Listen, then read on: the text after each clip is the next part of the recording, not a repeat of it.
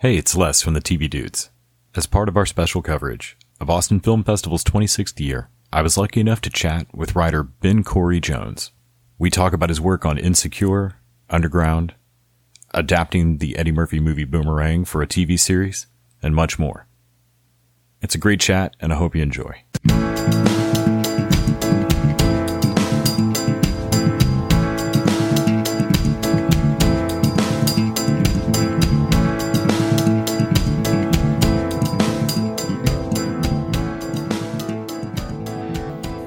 This is Les from the TV Dudes, and I'm lucky enough to be here chatting with Ben Cory Jones. You are a writer off of Insecure, Underground. You're about to get to do Boomerang, though I understand with the production timeline that I may be speaking out of tense. You may have already done Boomerang, and it just hasn't been seen yet. Can you talk a bit about your path to being a professional writer and what that's felt like for you? Yeah, sure.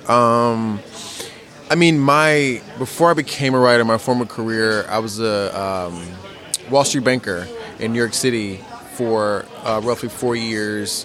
And I did that from 2004 until 2008, into the market crash until 2008. And so I think like a lot of people, for me, I kept having this reoccurring dream about this young black guy trudging through the snow in Harlem. I don't know what it meant. I don't know what it was, but it was this reoccurring dream that just kept coming to me. And again, I was working at the bank at the time, so like my job was very stressful, working in high finance. And the only thing I could think of, I was like, maybe there's like a movie or something, because it seemed like a movie scene. You know, you have those moments? And so what I did was I went down to like Barnes & Noble, and I just bought, like, a friend recommended, you should maybe go and get like a Linda Seeger book on screenwriting. Mm-hmm. Went and bought that book, and I read the book. And I was like, okay, I'm going to try to just write this movie, not knowing what any of that meant. But I started studying Linda Seeger books. And then, then you just sort of check out all the books on screenwriting. Yeah. And then while I was in New York, and almost very serendipitously, I got a hold of like the NYU course catalog. And I saw that they had a class on TV writing. And I was like, so I just connected the dots. Like, I'm having this dream. I just started reading about writing movie screenplays. I just saw this TV course. Let me just give it a try. And I think this was actually around like 2007.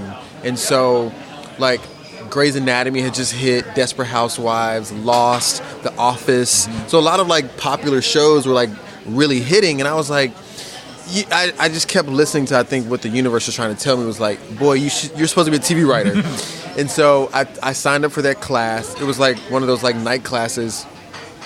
And I remember being in that class, like I would go to the class like after work, or I'd like, disappear from work for about 3 hours to take the class. And I just remember sitting in that class thinking like, wow, like there are people who actually make a living writing for television. And like they sit around all day and they talk about their feelings and they talk about characters and stories.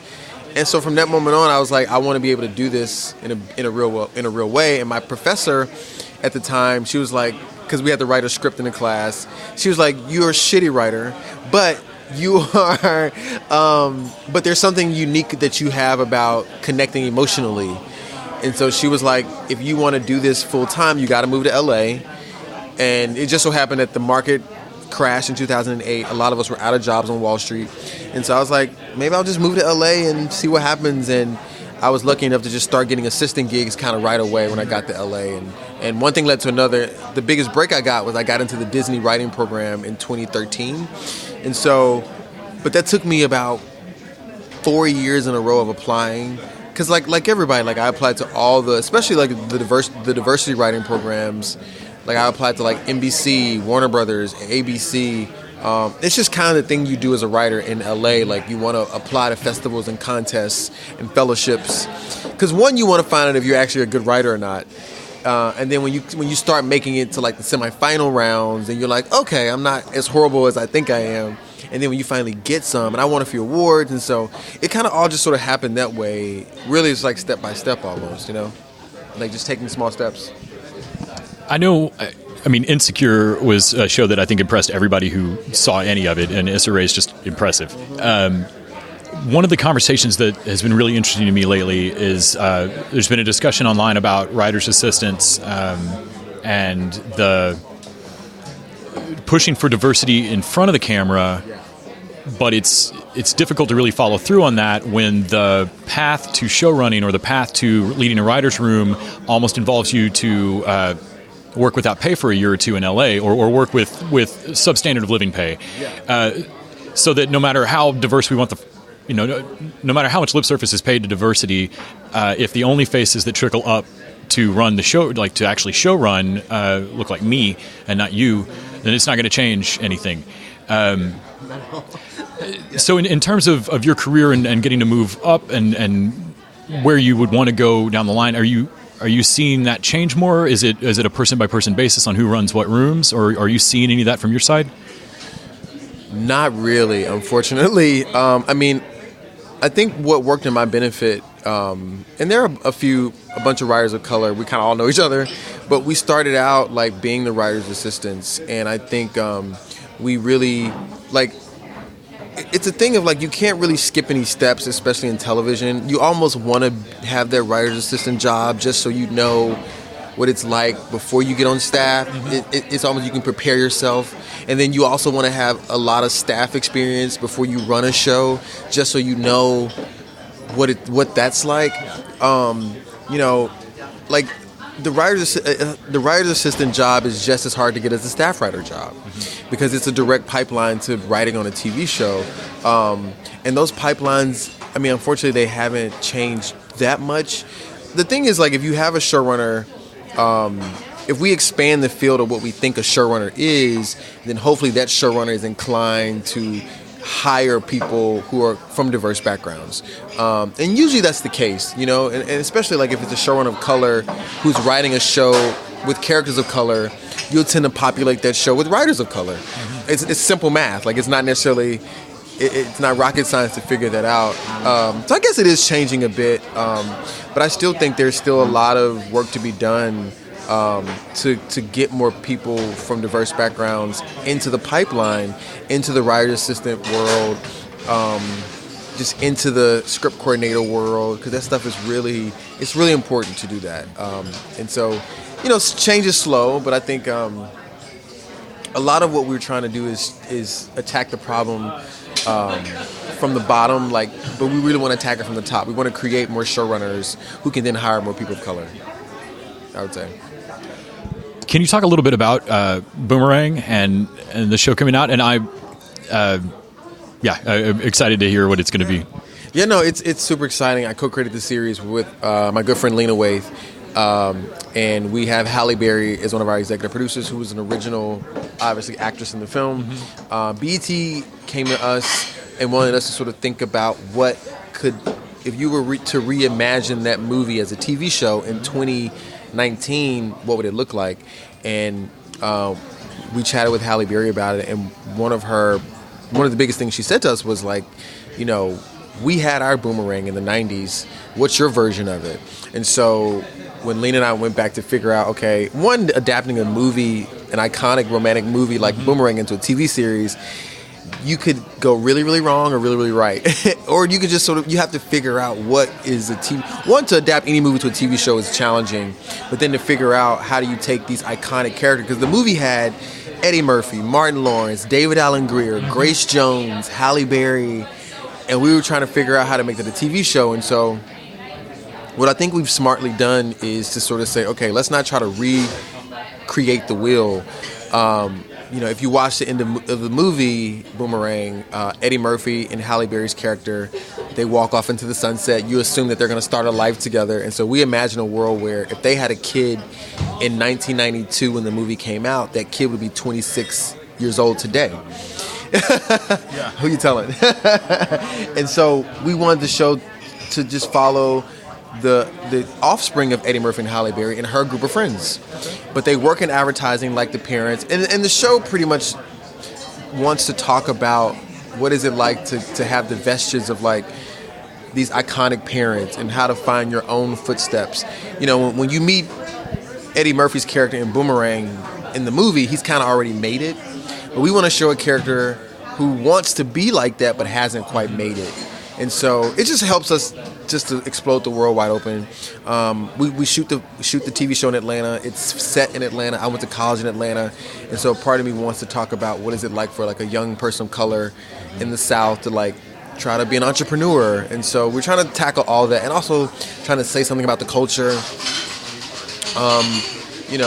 And we have this great iconic title to do it with. So we're having fun. It's really fun. It put me immediately in mind of She's Gotta Have It. Just being let's take a movie that was talking about romance and sexuality back then, and let's update it, and then, but also break it differently for a serialized format. I know you talked about being in that NYU class and it kind of normalizing, like, hey, there are people that do this. And I feel like in the same way in that showrunner pipeline you were talking about, there's something to be said for just normalizing this as a job for someone that looks like me, and being a huge thing. Do you remember, was there any one real breaking moment for you where you thought, not just this is a job, but this is a job that I could, okay, I'm a crap writer according to this professor, but I could go buy a book. This is something I can do. Was there a moment where you internalized it and thought, no, I'm going to do it? Yeah. You mean like just the career as a whole? Because I could see the collapse of the stock market, and I'm sure a lot of your coworkers did not see that as an opportunity to pivot. And it's always tempting whenever we have moments like that to break one way or the other. Either seize that opportunity or collapse. And was there something you remember in particular of like, that's it, I'm moving? Yeah, I mean, I think for me, it was the TV shows that were on the time. Like, I remember it was sort of like shows like The Game, shows like Girlfriends was on. I also remember like shows like The Practice and Ally McBeal. It was, and I think it was those shows like the Game and Girlfriends and Ally McBeal and shows like that where I started to pay attention. You see these little names that scroll across the screen that say like supervising producer or co-producer, and if you're not in TV, those names mean nothing to you. But I started to research these people, and I was like, oh, these are just writers. They're just regular people. Not regular people, but again, like you said, like it helped to normalize the experience to me. And I just, one of the bigger drivers that for me was, I remember being a kid in the 90s and we had a lot of black sitcoms on the air, and it just seemed to kind of go away in the late 90s and early 2000s. You couldn't really find a lot of black lead characters on TV. And so, but I grew up being so influenced by A Different World and The Cosby Show and, New York Undercover. And I just wondered like where those shows went. And I think a lot of people who kind of came into the industry on the heels of that, we all had that same concern and question, like, where are these shows? Where did they go? What happened? And then you start thinking about what happened with the economics of television, where because right now it seemed like such a novel idea to have a diverse cast, but we had shows that had plenty of diverse cast years ago, and it went away, and now the industry is sort of saying like, hey, we have a new idea, and we're like, this idea isn't new. same as old idea. But again, like everything is cyclical, everything comes back. And so that was a huge driver, and I know a lot of my friends who we all write on, a lot of black writers who write on different shows, we all have that burning desire. And I think it's like anyone, no matter who you are, you all have a desire to see yourself reflected back at you on TV. And so that's always my goal. I mean, even as a queer writer, I want to see more queer characters. Like, I can't really name a lot of shows right now where there is a queer lead character. I mean, there are queer characters, but who's the queer character that's number one on the call sheet? And there's probably only like 3 or 4 shows right now out of 400 shows that we have, or however the number is. And so I still think one of my tasks is representation. And representation matters. And I think those of us who work in TV, we have, in my opinion, a responsibility to reflect people back to themselves. Thank you so much for making time to talk to me about it today, man. I really appreciate it. It's just absolutely great to get to talk to you. Thank you. Thanks for having me, man. Yeah. I appreciate it.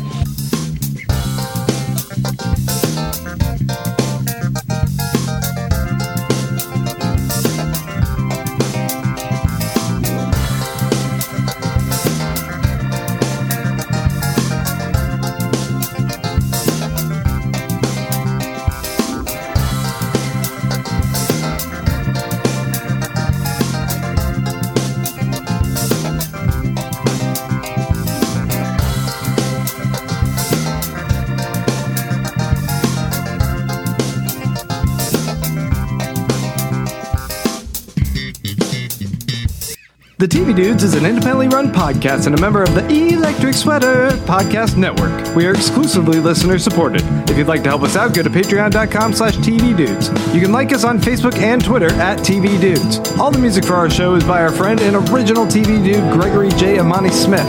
To find out more about us, go to thetvdudes.com and electricsweater.com. I'm Grant Davis. Thanks for listening.